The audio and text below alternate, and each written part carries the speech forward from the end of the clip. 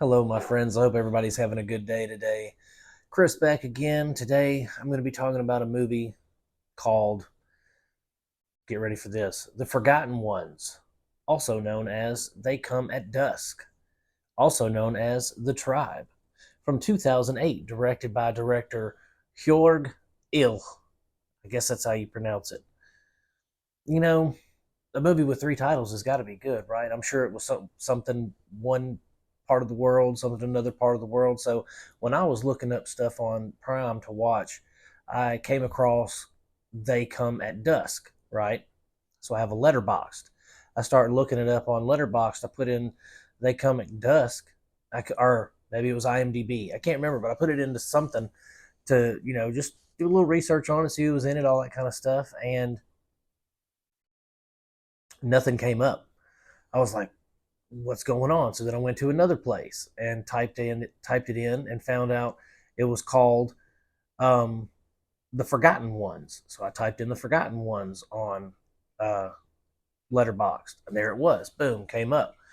But then, come to find out, the poster for it says The Tribe. So I looked that up, and there's another title where it was changed for another part of the world. So I was like, okay, crazy. But I can see why. I wouldn't. I mean, maybe they thought the names would make it better because it sure wasn't. It was terrible. So you get a cast of characters that you can't wait to see die. You're seeing these people that are unlikable, just jackasses, complete and utter jackasses. Excuse me, guys. I've got to get a glass of water. My mouth is parched. Sorry about that, guys. I was really thirsty. Um, so anyway, we get this cast of characters we don't like. They're all a bunch of jackasses. You don't want to. I mean, they're just rude to one another. They're disrespectful. They're everything that's wrong with the world today. You know what I mean? So you see them. They kind of take this guy's boat or this guy's fiance's boat out into the ocean. They're partying, getting drunk, making each other upset, and these fights break out. The guy don't know how to sail. He don't know how to read the GPS or anything like that. And so they're just sailing. They get in a storm. Boom. They're on the Antilles Islands, but it's like an uncharted one, so nobody really knows where they're at. They call a rescue, but the rescue can't find them. And then here's where the movie's supposed to turn into a horror movie.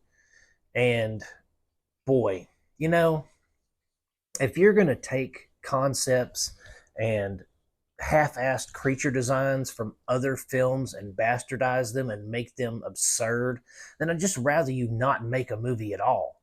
You're going to take, basically, we have the Wish Predator here. Okay, so we have this one creature, these people on this island, and I can't wait to see them die. But the creature is like this mutated monkey man, skull faced something. It's a blatant ripoff of the Predator.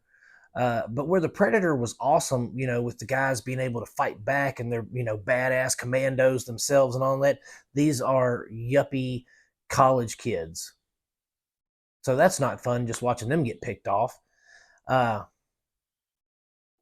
again, you have unlikable characters. Most of these characters, I think we have a young Kellen Lutz in this, but that's about the only, A-lister I can think of. And even he's not an A-lister in my book. But, uh, all these people are just, one guy's cheating on his girlfriend, another guy's just an asshole, that kind of thing. And it's terrible. It's just terrible character development. There's no depth to any of them.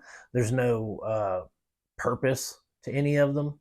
Like, just give me the monkey man running around on an island killing goats or other animals or something or other creatures, because that would have been better than this contrived piece of trash. So anyway, let's continue on with it. Um, the creature again looks terrible, and it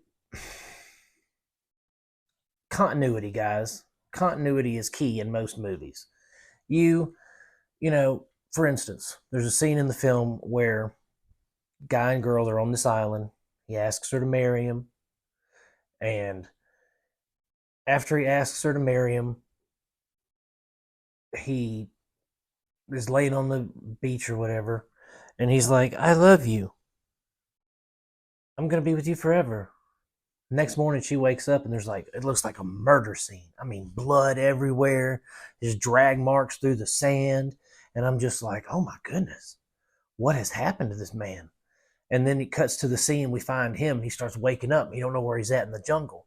And in some movies, when they wake up and they've been seriously injured, it takes them a minute to notice what's going on. And then well, in this, he wakes up, and that's what I'm expecting. I'm expecting him to look down.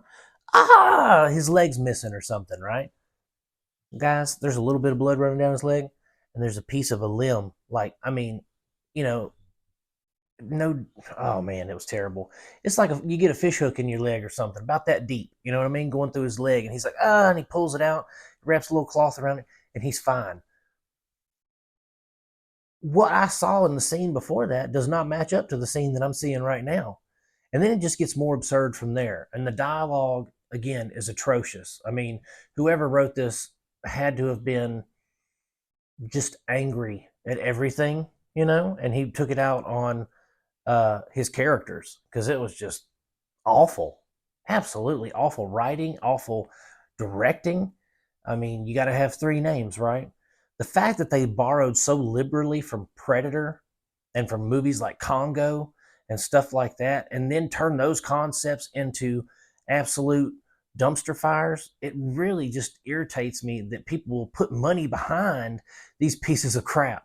Like, I didn't look at the budget for this one. I kind of wished I would have before I started filming so I could tell you what the budget was versus what it made, because I can almost guarantee you this is another film that probably had a couple $1,000 budget, maybe even $100,000 or more, made like 2 cents and a bubblegum wrapper at the box office. I wouldn't waste my time on it. I'm glad I took this one for y'all, so you don't have to. It was streaming on Prime if you really want to hurt yourself, but don't do that because I love you. Uh, don't check it out, guys. Half a star out of 5, and that's it. You want to get connected? Like and subscribe. Go to Facebook, join the Cinema Dolce Facebook group. TikTokers, go to not Facebook, sorry, TikTokers, go to YouTube, look up Cinema Dolce 56 and join up for more content and reviews and stuff like that. And as always, guys, I'm going to keep making them as long as you keep watching them. I love you. Peace out.